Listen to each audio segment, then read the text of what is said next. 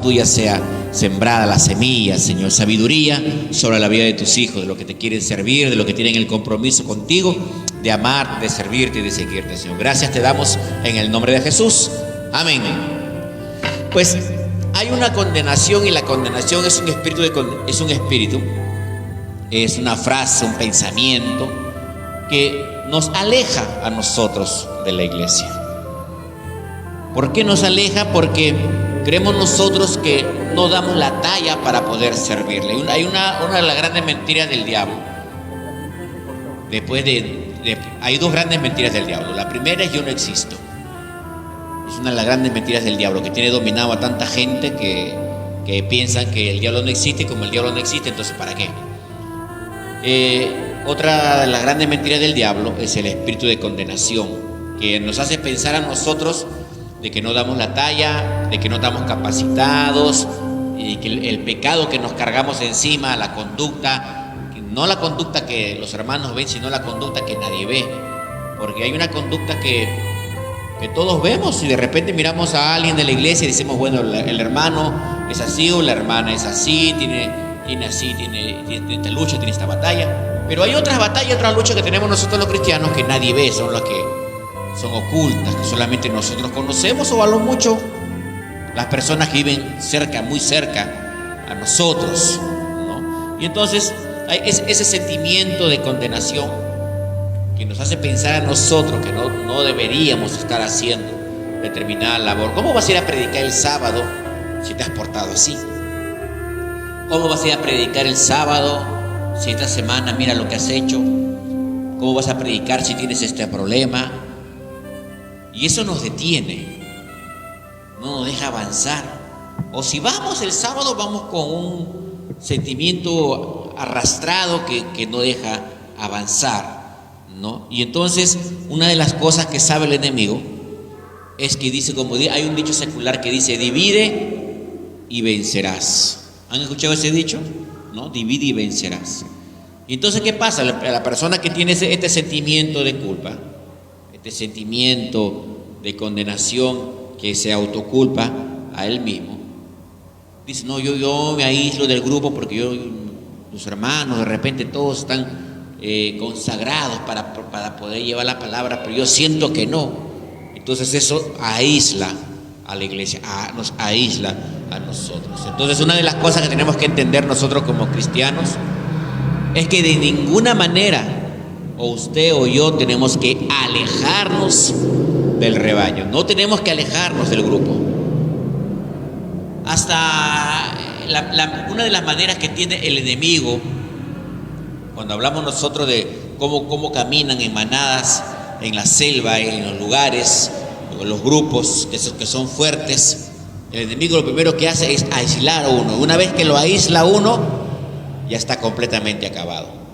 Y entonces, cuando nosotros tenemos ese sentimiento de condenación, ese sentimiento de culpa, nos aislamos, y cuando nos aislamos nosotros, pues ya somos presas fáciles para el enemigo. El enemigo puede acabar con nosotros fácilmente. Es por eso que una de las cosas que sucede también a veces con nuestros hijos, mientras que se van haciendo adolescentes, porque es muy común, que no debería ser, pero es muy común que los jóvenes tengan fracaso, otro fracaso, y la gente como que dice: bueno, es común, es normal. Y no es que sea normal, sino que en algún momento pues nuestros hijos comienzan a aislarse, ¿no?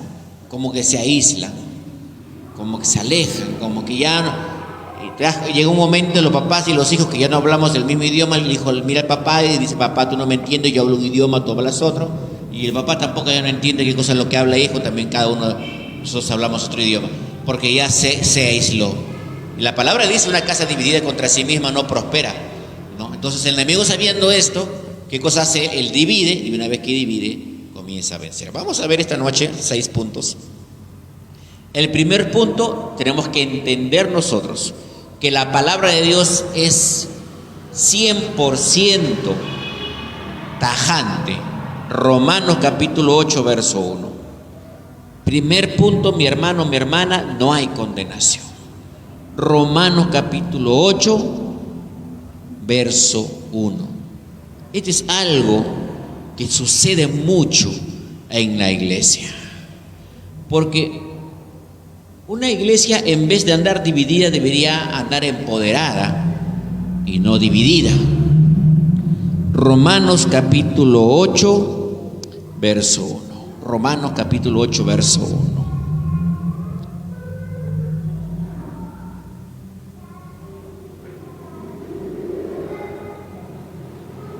No sé si lo tienen todos. Romanos 8:1. A ver si alguien lo lee.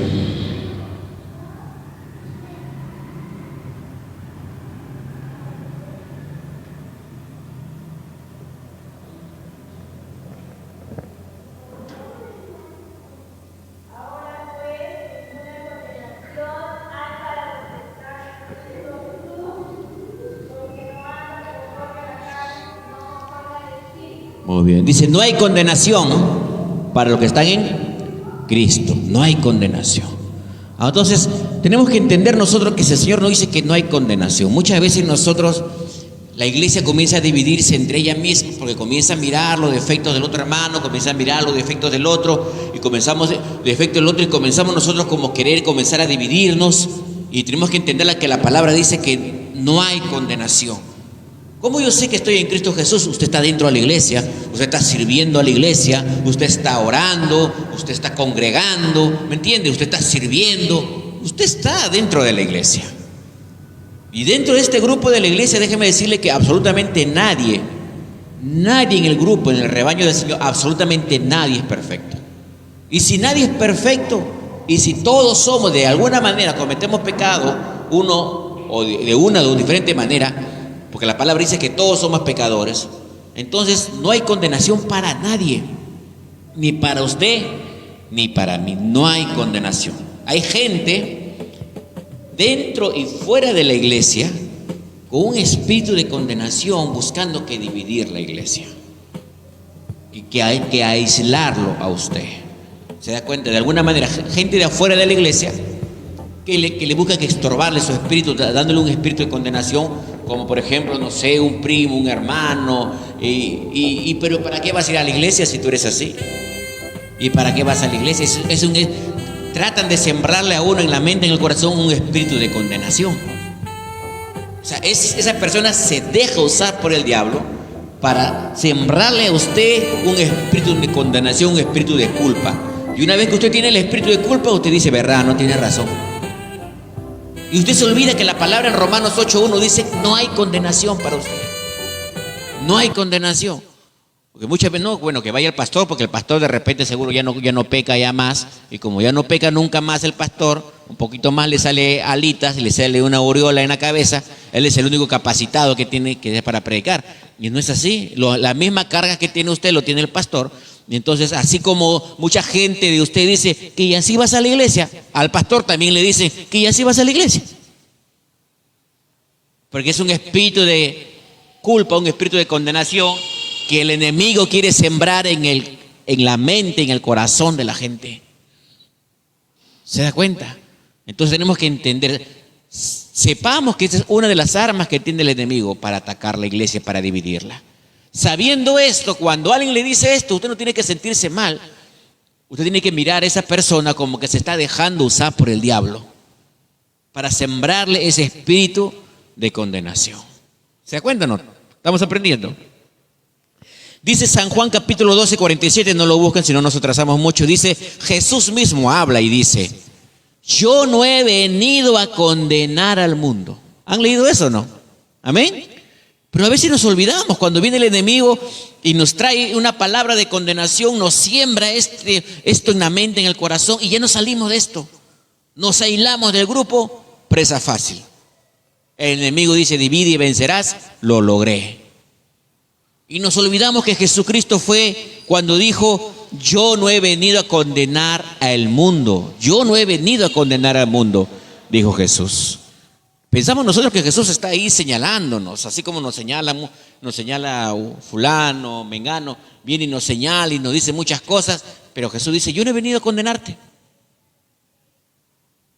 Una cosa es lo que dice Romanos, usted puede decir, pastor, pero una cosa es lo que dice de Romanos, de repente habrá que ver el contexto, no sé, el movimiento, el lugar, qué estará pasando, por qué dijo eso, pero Jesús mismo dijo con su boca, yo no he venido para condenar. ¿Se da cuenta? Pero sí hay algo que dijo Jesús, yo he venido para destruir las obras del diablo. Así que si usted, en cierta manera, usted dice, no, el diablo está haciendo algo en mí, está haciendo un mover que yo reconozco, alguien me señala y verdad, yo reconozco, tengo este problema. Pues el Señor dice, yo no he venido a condenarte, yo he venido para destruirla. O sea, ese Jesús que usted puede estar pensando que lo está condenando, no murió en la cruz para condenarlo, murió en la cruz para que esa obra que el enemigo está haciendo en la vida de usted sea destruida. Entonces usted no tiene que sentirse menos, usted no tiene que sentirse definitivamente aislado, sino usted tiene que sentirse, como dije al principio, empoderado. ¿Se da cuenta? Porque empoderamos a la mujer, empoderamos a los colectivos. Todo el mundo quiere ser empoderado en este tiempo. En la iglesia piensa, no, la iglesia no tiene que ser empoderada. ¿Cómo que la iglesia es una iglesia de poder?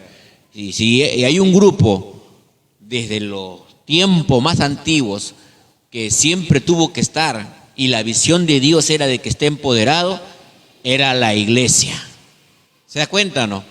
Entonces tenemos que sentirnos que estamos empoderados porque así es como el Señor quiso. Número 1, no hay condenación. Memorices eso. Usted no está siendo condenado. Usted sigue perseverando porque el Señor está haciendo la obra en usted. Número 2, aprender a soltar la piedra. ¿Qué significa eso? Ahí está el libro de San Juan cuando la mujer adúltera fue sorprendida, dice en el acto. ¿Qué cosa hicieron los religiosos? ¿Qué hizo la iglesia? Chapó la piedra. Porque así como hemos dicho en el punto número 1, que hay gente que quiere dividir la iglesia dentro y fuera de la iglesia, hay mucho adentro de la iglesia que buscan dividir la iglesia. ¿Se da cuenta? Están con la piedra en la mano. Ahí no sueltan la piedra. En vez de decir, no, yo voy a ayudar, voy a empujar, no suelta la piedra. Y tenemos que aprender nosotros a no ser esa persona que tiene la piedra en la mano. Tenemos que aprender a no ser como esa iglesia. Esa iglesia era la iglesia de Cristo, la iglesia cuando Jesús estuvo en la tierra. ¿Qué iglesia, qué gente quería apedrearla? Porque no era gente que no era de la iglesia, era gente de la iglesia porque cuando Jesús dijo, el que esté libre de pecado, que tire la primera piedra, ellos sabían que era pecado. No le dijeron a Jesús, ¿y qué cosa es pecado? No le dijeron a Jesús, pero yo no soy de la iglesia. Sino dice la palabra que cada uno, uno por uno, fueron dejando y soltando las piedras. Ellos eran parte de la iglesia. Fueron soltando las piedras. Si hay algo que a Jesús no le gusta de la actitud, de la forma en que nosotros a veces miramos algunas situaciones, es que nosotros inmediatamente agarramos la piedra. Vemos a alguien que está en un pecado, agarramos la piedra. Y aquí Jesús dejó establecido en esta historia, que fue verídica, que es algo que sucedió históricamente, dejó establecido pues de que no importaba el pecado por más escandaloso que haya sido. Porque hay pecados que no son tan escandalosos y hay pecados que son muy escandalosos. ¿Cierto o no? De repente usted hizo, no sé, no le gustó mucho lo que le dijo un hermano, no le gustó mucho lo que le dijo su pastor, y dentro de su mente usted dijo, este pastor que se cree, ¿no? No me lo dijo en mi cara, usted lo pensó nada más. Y eso seguramente le cuenta como pecado. Pero resulta que miramos el otro extremo, uy, la hermana, uy, su hija salió embarazada. Uy, qué pecado tan escandaloso. Pero para Jesús todos los pecados son iguales, ¿cierto o no? Y en esta historia donde un pecado tenía que haber sido muy escandaloso, seguramente donde en el día de hoy la gente dice no hay que dañar el testimonio de la iglesia, ¿no? Y la gente tiene mucho miedo a no dañar el testimonio de la iglesia. Jesús no la votó no dejó que la apedreen, sino él dio una palabra para que la iglesia que la estaba juzgando suelte la piedra.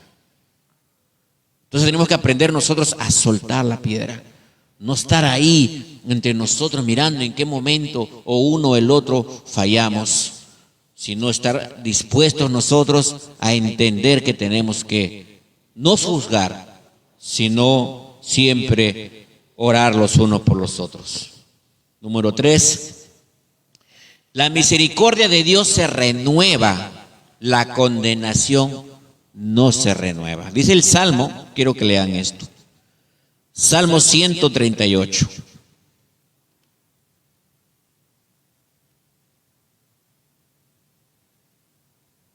Salmo 138.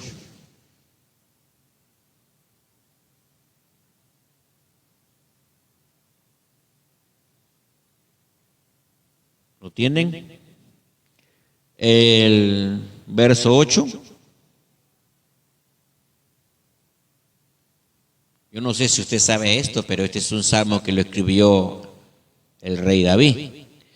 Y dice así: Jehová cumplirá su propósito en mí, tu misericordia, oh Jehová, es para siempre. ¿Para cuándo es su misericordia de Dios?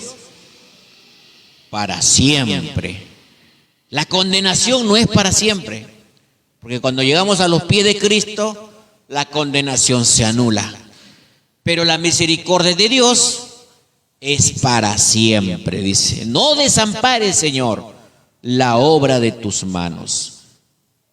Si hay algo que reconocía, y todos sabemos la vida de David, es lo que este mismo hombre había hecho con Betsabé. Cómo este hombre era capaz de matar 10.000 hombres en una sola batalla. Cómo este hombre había pecado a un hombre, a su amigo, lo había mandado al frente de la batalla a morir. Y todos los pecados que se le han contado a David. Este hombre hay algo que entendía, que la misericordia de Dios con él nunca se acababa. Es por eso que lo menos que nosotros, que usted y yo podemos tener, es un espíritu de condenación en la mente o en el corazón. Es algo que no tenemos que aceptar, porque la misericordia de Dios, usted acuérdese de cosas puntuales en esta noche. No hay condenación a los que estamos en Cristo Jesús, no hay condenación. Número 2, el Señor dice: yo no he venido a condenarte, yo he venido a salvarte. Número 3, el Señor dice: mi misericordia es para siempre contigo. Esa palabra para nosotros, si lo recordáramos, si la tuviéramos siempre presentes en la mente, en el corazón, absolutamente destruye inmediatamente cualquier semilla de autocondenación que alguien viniese y nos sembrara. Viene alguien y nos siembra un pensamiento de condenación, esas palabras a nosotros nos limpia y nos hace sentir, saber, reconocer y estar seguros de que somos dignos de servirle. ¿Se da cuenta? Y tenemos que entender nosotros que nadie en la iglesia es un producto terminado, nadie. Cuando el Señor termine cuando el Espíritu Santo termine con nosotros de hacer todo lo que tenía que hacer, estar acá y está de más. El producto terminado se va con el Señor. ¿Se da cuenta? Así que mientras que estamos acá, y yo le puedo ver a usted, que usted todavía está acá, y usted está acá, y todavía usted me puede ver a mí, es porque todos estamos en el mismo proceso. Y sabemos nosotros que la iglesia es el lugar donde cada uno de nosotros nos vamos desarrollando, vamos aprendiendo, vamos madurando, vamos creciendo. A veces nos tropezamos, a veces nos levantamos, pero aquí estamos. No somos producto terminado. Nadie es producto terminado. Producto terminado, el día que yo me vaya, usted dirá: wow, el Señor terminó con el pastor Arturo. Y el día que usted se vaya, diré: wow, el Señor terminó con mi hermana Mary, terminó. Gloria a Dios. Se la llevó a su presencia porque ya no había nada más que hacer con la hermana. ¿Se da cuenta?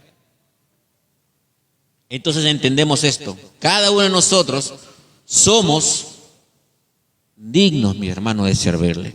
Este mismo rey David, que era capaz de asesinar mucha gente. Este mismo rey David que trajo a la mujer de su vecino, que la tomó, luego hizo que el vecino encima era su amigo, era su soldado, encima lo mandó a matar porque no quería acostarse con su mujer, y él ya la vio. O sea, todo lo que hizo este hombre. Un día estaba con hambre y dice que tengo hambre, ¿qué hay para comer?, le dijo al sacerdote. Solamente dice los panes sagrados en la iglesia. Y dice la palabra que si alguien no estaba consagrado, no podía tomar de esos panes, porque si lo tomaba, se moría. ¿Y qué hizo el rey David? Comió de ese pan. El mismo que mataba gente, el mismo que había traído a la mujer de su vecino y que luego había mandado matar al vecino, ese mismo. ¿Por qué? Porque había algo que David no había parado, no se había detenido, sino que él seguía sirviendo, él quería seguir en la carrera. Él no se estaba deteniendo, él reconocía todos sus pecados, inmediatamente decía, pero yo castigo. Entonces, ¿qué tiene que hacer usted? ¿Qué tengo que hacer yo? No detenernos, mis hermanos. ¿Será pastor? Entonces, seré que soy digno todavía a pesar de todos mis errores, de llevar el evangelio y de hablarle a una persona acerca del amor de Jesús? Claro que sí. Si David pudo hacerlo con todos los pecados que se cargaba, usted claro que puede. Usted es digno y usted es digno. Tiene que memorizarlo, aprenderlo y creérselo. Punto número 4. Tenemos que entender esto muy importante. Solamente hay una persona que puede cambiar personas. Porque a veces cuando chapamos la piedra nosotros queremos apedrar a que un hermano cambie. O a veces sentimos nosotros que alguien nos quiere hacer cambiar a pedradas. Pero como dije, como aquí en la iglesia nadie es producto terminado, solamente hay una persona que nos puede cambiar, que se llama el Espíritu Santo. El Espíritu Santo es una de las personas de la Trinidad de Dios que puede cambiarnos. Es el único que puede hacerlo. El único que tiene todo la facultad, la autoridad de poder cambiar nuestra mente, nuestro corazón. Porque a veces nosotros pensamos que los conceptos y la religión puede cambiar a la gente. Y acordémonos que, como habíamos dicho y he estado diciendo siempre en los últimos meses, justamente los que tenían muchos conceptos y mucha religiosidad, precisamente ellos fueron los que condenaron a Jesús y los que mandaron a la cruz a Jesús. Apedréenlo, apedréenlo. ¿Quién decía apedréenlo? Los que tenían muchos conceptos religiosos. Los que eran muy religiosos fueron precisamente los que mandaron a Jesús a morir en la cruz. Y los que miraron a Barrabás y dijeron, suelten al ladrón, maten al Mesías. Precisamente ellos. Entonces, conceptos y religión no nos cambia. El único que puede cambiar es el Espíritu Santo. Es por eso que los pastores sabemos que no podemos cambiar a la iglesia. O sea, tenemos que entender nosotros bastante, es que yo nunca voy a poder hacer que usted cambie algo, si no es el Espíritu Santo que tiene que hacerlo a usted. Y si usted sigue viniendo todavía a la iglesia, es porque usted tiene toda la intención de que el Espíritu Santo lo cambie a usted. Y mientras que yo lo veo a los hermanos viniendo a la iglesia, y digo, Señor, tiene toda la intención de querer cambiar. Que el Espíritu Santo lo haga. ¿Se da cuenta? Algo le pasó a Jesús. Porque mucha gente dice, no, de repente el ministerio no es correcto, pero algo le pasó a Jesús. Jesús estuvo predicando 3 años con mucha gente y no pudo cambiarlos a los discípulos. 3 años haciendo milagros, 3 años, pero Jesús no pudo cambiarlos. Terminó sus 3 años de ministerio y todavía Pedro usaba cuchillo. Judas era capaz de venderlo por un lote de terreno. Tomás no creía, dice, no, si no pongo mi dedo ahí, yo no voy a creer. Y ¿quién fue su pastor? El mismo Jesucristo. Y él no pudo cambiarlos. ¿Quién tuvo que venir a cambiarle la mente de Pedro? El Espíritu Santo. Luego vemos a un Pedro que luego de haber usado cuchillo, luego de negar a Jesús, era un hombre empoderado en la iglesia. ¿Por qué? Porque el Espíritu Santo llegó y comenzó a cambiarlo. Es por eso que es el Espíritu Santo el que tiene que hacer la obra. Entonces, ¿qué nos toca a usted y a mí? Si no podemos cambiar a la gente, si usted, vamos a suponer, acá hay tantos hermanos, usted dice, yo quisiera que fueran más con nosotros a hacer el evangelismo. Y yo no puedo cambiarle el chip al hermano. ¿Qué me toca hacer? Usted no puede cambiarlo, usted puede influenciarlo. Hay una diferencia entre cambiar a alguien y influenciar a alguien. Hay una diferencia entre cambiar a alguien o inspirar a alguien. ¿Para qué no tomamos fotos? ¿Para qué no hacemos videos? ¿Para qué? ¿Cuál es la intención? La intención es inspirar a otra persona que lo haga. Porque la gente escribe ahí en los comentarios, qué bonito. Ay, yo nunca he ido. Uy, ojalá algún día fuera. Pero no es algo que usted hizo una vez en sus 10 años de cristiano, sino cuando dice, wow, este sigue y sigue y sigue. Y no sé en qué momento, pero en un momento eso usted está dando una semilla, usted está inspirando a alguien. Y esa inspiración que usted está haciendo es que usted se está dejando usar por el Espíritu Santo, porque de cierta manera, aunque usted no puede cambiarlo a esa persona, de cierta manera usted está inspirando a alguien y esa persona abre su corazón para que el Espíritu Santo pueda hacer el cambio. Tanto a los hermanos que están dentro de la iglesia como a la gente que está fuera de la iglesia. Usted no se imagina cuánta gente yo puedo conversar que dice, yo cuando era niño iba a la iglesia. Yo cuando era niño, yo cuando fui joven, yo cuando era soltera, iba a la iglesia.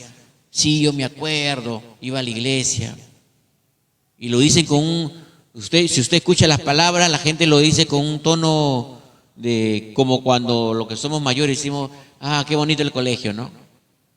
Le hicimos con un tono de cómo le extrañamos al colegio, ¿no? Y cuando hemos estado en el colegio queremos salir desesperadamente, queremos ya no estudiar nunca más. Pero cuando ya estamos grandes decimos nosotros, qué bonito el colegio, quisiéramos volver atrás. Y la gente cuando recuerda sus tiempos en la iglesia también lo recuerda con ese sentimiento, como algo hermoso, un tiempo bonito en su vida.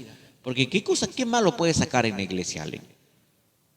Lo que usted está tratando de inspirar a una persona no tiene absolutamente nada de malo, todo absolutamente es bueno. Dice Filipenses capítulo 1, verso 6. Filipenses.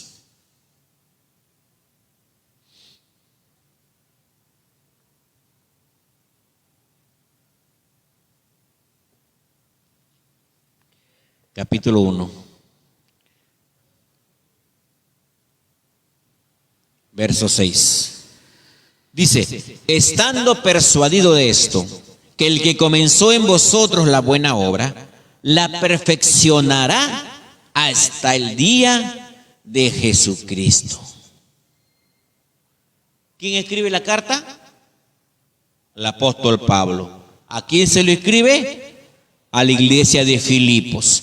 Dice el apóstol Pablo que el que comenzó la obra en ustedes la va a perfeccionar. O sea, a pesar de que el apóstol Pablo fue el que iba a predicar, era el apóstol de la iglesia, él sabía que el que estaba haciendo la obra, Filipenses 1:6, no era él.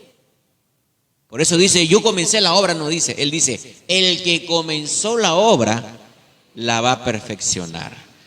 Entonces tenemos que entender nosotros de que no tenemos que ni andar criticando, ni aceptar críticas, ni andar sembrando espíritu de condenación, ni estar recibiendo. ¿Se da cuenta? Porque resulta que alguien viene y nos dice, ¿por qué no vas a la iglesia? Anda. Y luego que vamos, para eso vas a la iglesia. Y tú dices, ya no voy. Y luego, ¿por qué no vas a la iglesia? Total, ¿voy o no voy a la iglesia? Dice, y vivimos nosotros pendientes de lo que a la gente le parece, si le parece o no le parece a alguien de que tenga que ir o no tenga que ir a la iglesia. Y no es así. Si nosotros hemos sido salvos es por el Señor, por el Espíritu Santo que nos tocó, y el día de hoy somos salvos por la gracia del Señor, por el favor del Señor. Y punto. No tenemos que nosotros estar pendientes y esperando a que la gente nos apruebe o nos desapruebe. Y a veces nosotros hacemos lo mismo con otra persona también. No, ves, hermano, ya no debería venir a la iglesia, no va a cambiar ya. Nos estamos dejando usar por el diablo también. Estamos en la misma. Y hay algo muy interesante que tiene que ver con el punto número 5. No critiques el trabajo de otro. Porque cuando criticamos el cristianismo de alguien o le queremos sembrar ese espíritu de condenación, lo que estamos haciendo es criticando el trabajo de ¿quién? ¿Del pastor? Y hemos dicho que el pastor no cambia a nadie. ¿Quién cambia? El Espíritu Santo. Y si el Espíritu Santo cambia, cuando yo me pongo a criticar, estoy criticando la obra del Espíritu Santo. Ustedes no tienen ni idea, mis hermanas, con el amor les digo esto, de cuánta gente me escribe por el Facebook cuando salimos a predicar. ¿Y por qué las hermanas van con pantalón? Usted no tiene ni idea de cuánta gente escribe. ¿Y por qué la hermana se pinta el pelo? ¿Se da cuenta? Es un espíritu de crítica, como dice la palabra, no es un ciego, no hace ni deja hacer, ¿no? O sea, es alguien que se deja usar por el enemigo, se deja usar. Y nosotros tenemos que aprender, mis hermanos, mis hermanas, de que no tenemos que aceptar esto. Usted está seguro, usted está segura de que usted es un hombre, una mujer usado por Dios, porque Dios le place usarle a usted. Entonces eso no se lo quita a nadie, no importa el que venga y se lo diga, no importa quién venga y se lo diga. Igualito a mí también cuántas veces, ay pastor, ¿por qué se pone esa camisa? Esa camisa está muy pegada a su cuerpo. Eso me escriben. Poco más quieren ser mis asesores de imagen también. Dice, 1 Timoteo capítulo 4.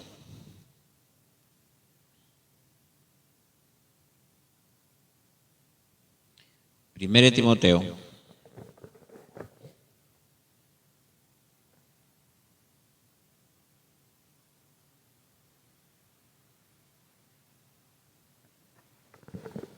Primero de Timoteo capítulo 4.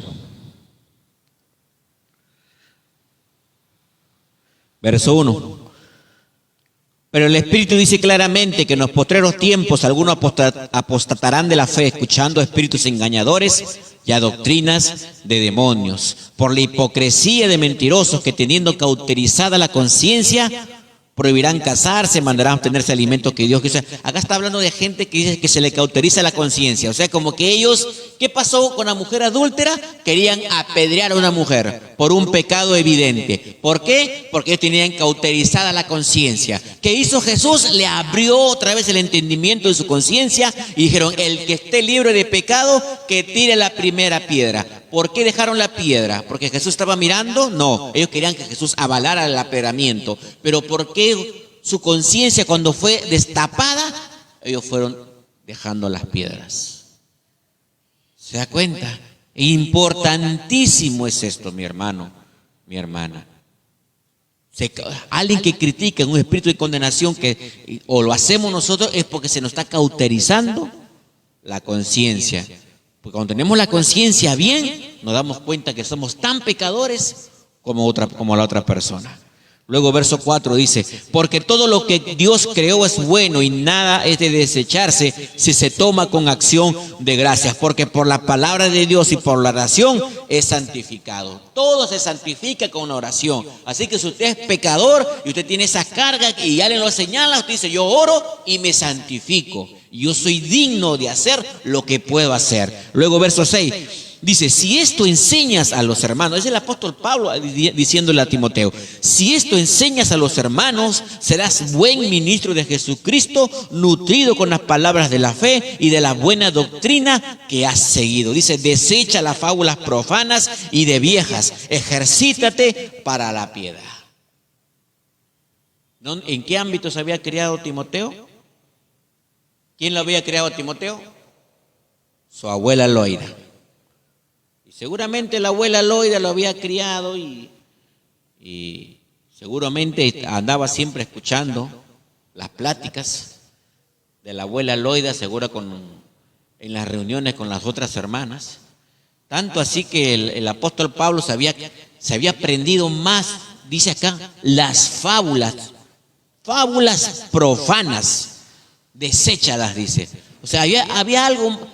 Timoteo era un siervo de Dios, pero en su mente y en su corazón todavía tenía muchas fábulas profanas que había sido sembrado según, aunque junto con la fe y todo lo que había sido absorbido otra cosa entre lo bueno y lo malo.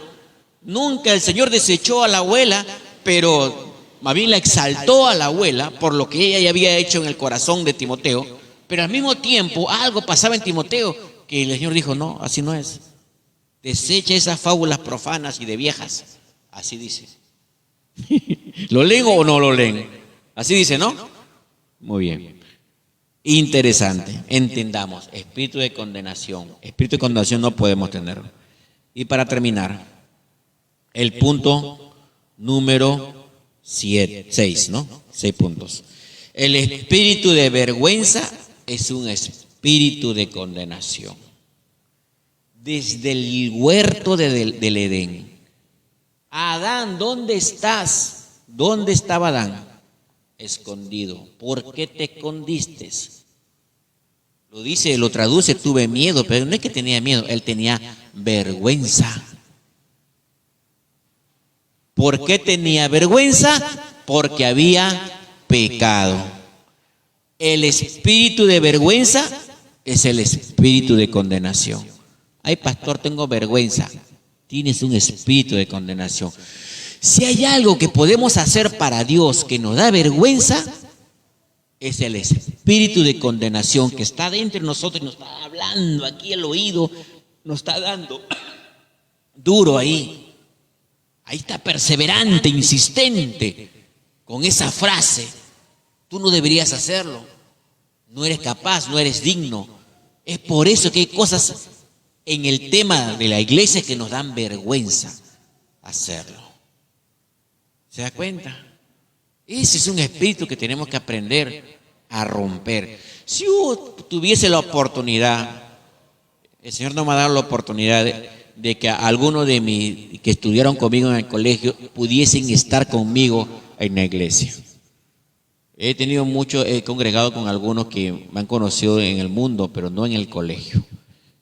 Y a mí yo era capaz de hacer todo lo que nos hacían una exposición, yo era capaz de hacer toda la exposición.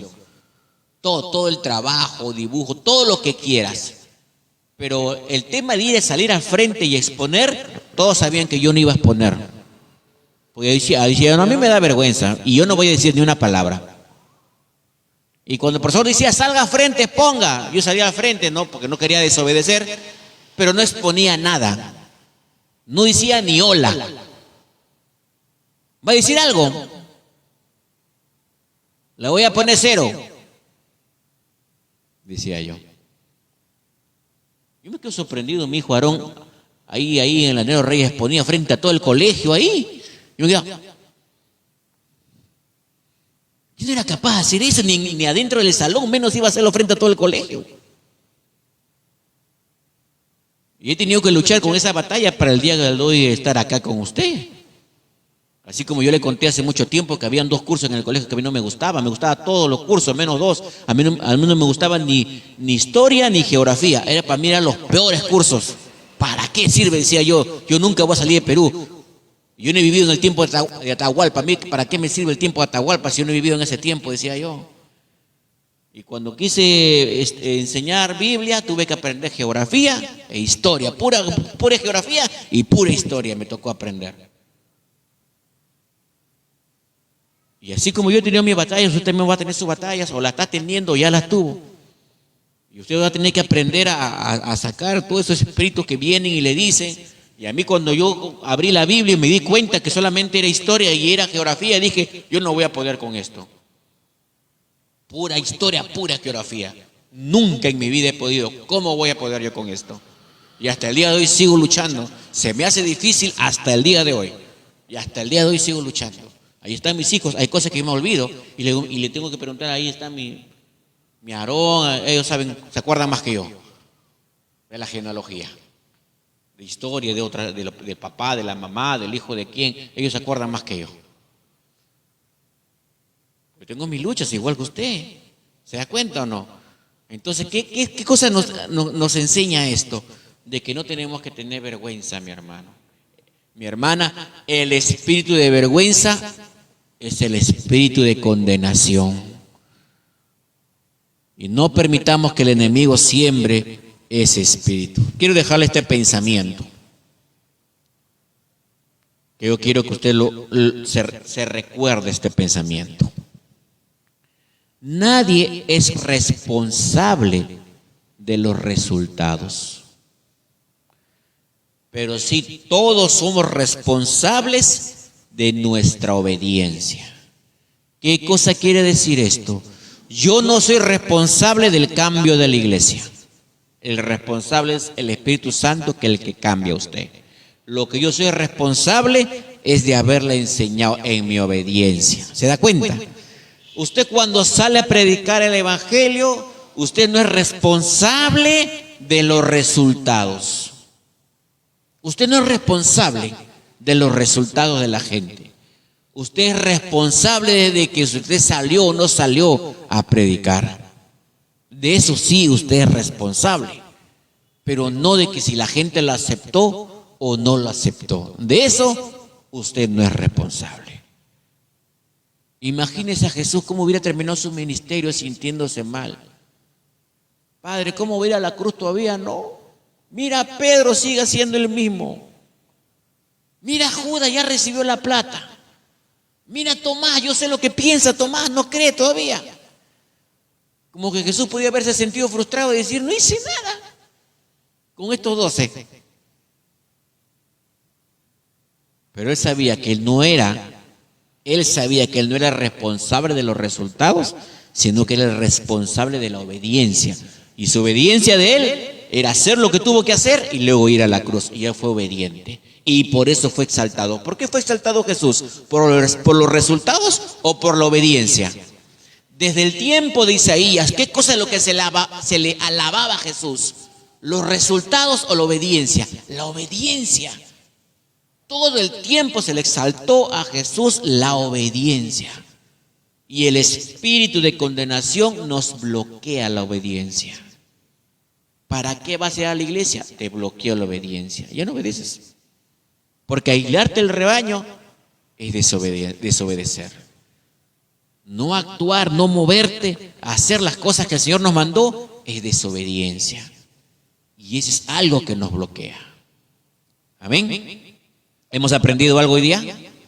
Amén. Dios es bueno. Padre, en el nombre de Jesús, yo te doy gracias por cada palabra, Señor, en el nombre de Cristo que ha salido de esta casa, Señor, de este púlpito, que sea sembrado en los corazones, en la vida de cada uno de tus hijos, Señor, que cada uno de ellos haya podido aprender, de que cada uno de ellos haya podido entender y aprender a desechar, Señor, todo espíritu,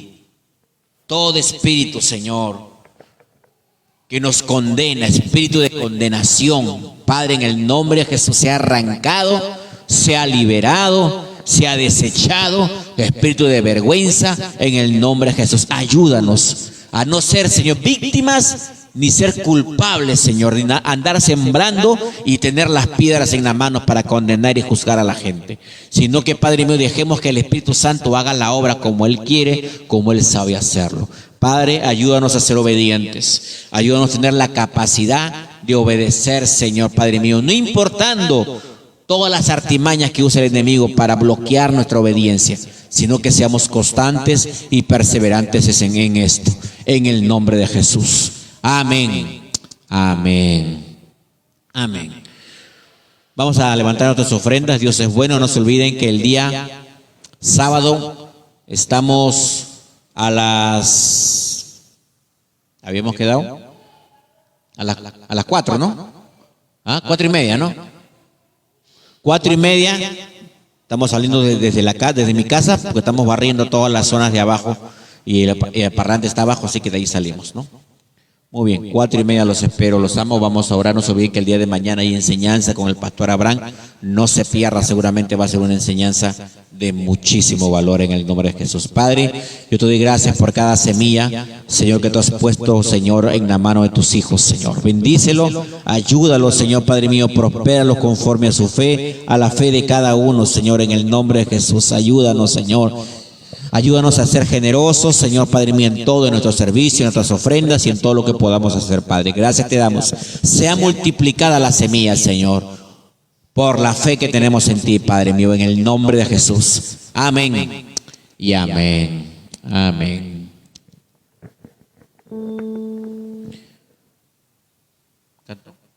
Bendición, bendición recibiré si confío en las promesas del Señor. Cristo salva, sana, bautiza con poder. Aleluya, gloria a Dios. Bendición, bendición recibiré si confío en las promesas del Señor. Cristo salva, sana, bautiza con poder. Aleluya, gloria a Dios. Amén.